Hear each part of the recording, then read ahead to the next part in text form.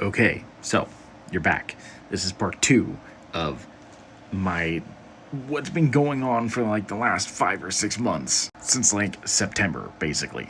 In part 1, I covered how the house that I now own required almost immediately $40,000 in repairs that were undisclosed, and that the seller did not have permits for almost every single renovation that he did in the house. It's my last video, so go back and watch that if you want to get the full context, but it's like 9 minutes and 30 seconds long, so keep that in mind. But it's very important for what's coming. Okay, so nearly $40,000 financed with Three Mountains plumbing, electrical, furnaces, whatever you want to call them. Three Mountains has been amazing. They fixed the house great. Skip forward to mid-ish November, probably like November 20th, I think. Now a lawyer is getting involved. A retainer fee is put down, and this lawyer, fantastic, has worked in this particular section of lawyership, I don't know what you want to call it, this particular section of law for almost 50 years, I believe. A stack of papers, about almost 120 documents large, for everything that has gone down since the papers were signed for the house, is plopped on his desk.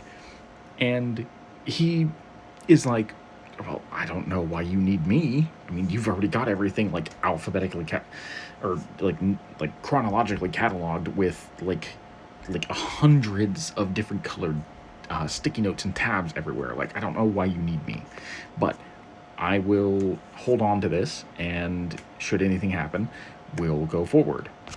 Now, obviously, keep in mind that going to court is the worst case scenario. We don't want to do this. Like, the lawyer is going to be expensive. The lawyer doesn't want to go to court if at all possible. I don't want to go to court if at all possible. The best thing that's going to happen from court is to be proven that, oh yeah, no, you're right, but we're not going to get the money to pay the lawyer or us like we want to if we go to court. There's a good chance that might not happen, and if we lose, that's a problem. The lawyer did help clarify a few things about these documents, however, one of which being that apparently all rights were waived when we signed these. If the seller was going to be sued, we'd have to sue the company that he owns rather than him directly. However, my state has a specific law called piercing the veil, which means that if there is enough evidence to go to prove that the person who worked on the house and not the company itself is liable and at fault for certain things, we can go through, even with signing these papers, a lawsuit could go through to target him directly. So that gave a little bit of hope. However, the lawyer did say that the first thing that needs to happen is the CCB, the Contractor Certification Bureau, I think is what it means. The CCB needs to get involved first. Now, remember in the first video, my realtor found the documents that the seller had used to purchase the house before he began remodeling. And that's how we found out there was a ton of permits that needed to be pulled that were not pulled. Well, the CCB, unfortunately for this guy, has him on record. We found out that the CCB and him have a history, a pretty storied history. And when I say storied, I mean that we know of. There were like, I think 12 complaints filed against him for various things. I don't remember if it was for a couple of different houses or each one came from individual households, but the point is there were 12 complaints filed against him. So the CCB was very well aware of this individual. And they also confirmed that, yeah, a lot of the stuff that happened during the remodel before we purchased this house needed to have permits pulled. So the lawyer basically said that the CCB needs to send out a letter to offer to mediate. and the seller has 30 days to respond. If the seller does not respond in that 30 days, then we can go forward with additional actions. The seller did not respond in those 30 days. Now we're entering December. 30 days have passed. We don't have any response from the seller at all. He's basically ghosted everyone involved in this. We asked for the licensing numbers and the photo IDs of every single individual that worked in the house. The photo IDs weren't necessary, absolutely necessary. It was mostly just like making sure that the people that he said worked on the house actually worked on the house and were connected to those licensing numbers, basically. He refused to provide any of that.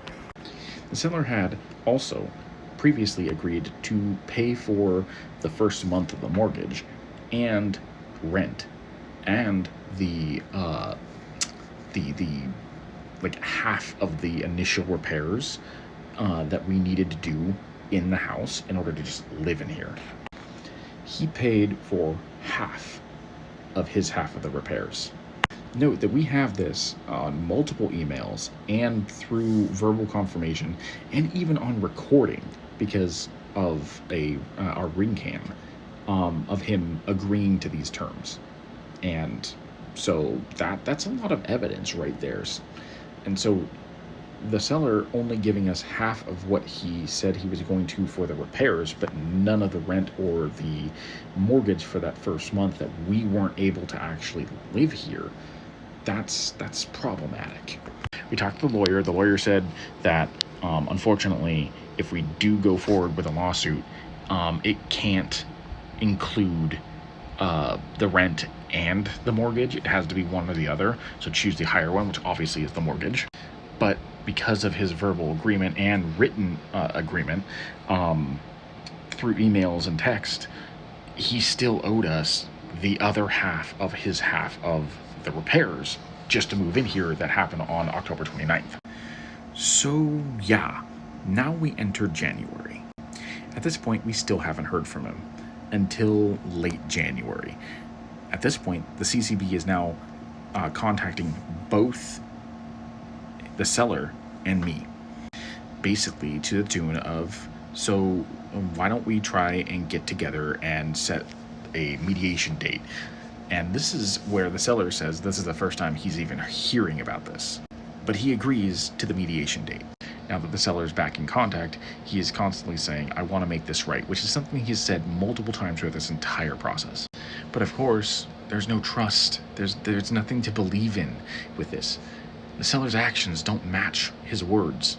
And this is around the same time that we find out one new piece of information, another undisclosed piece that could have easily affected whether or not this was the house that I purchased.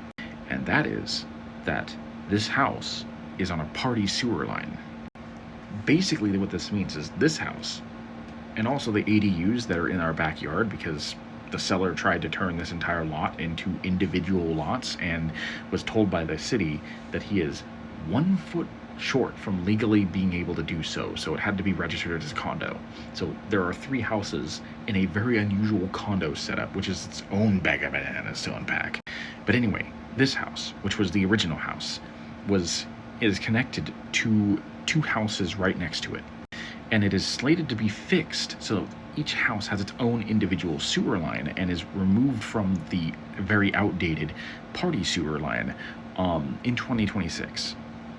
But that's going to cost another like $10,000 per lot, roughly. It could be more, it could be less. We're not sure about that number. That's just the number that has been quoted.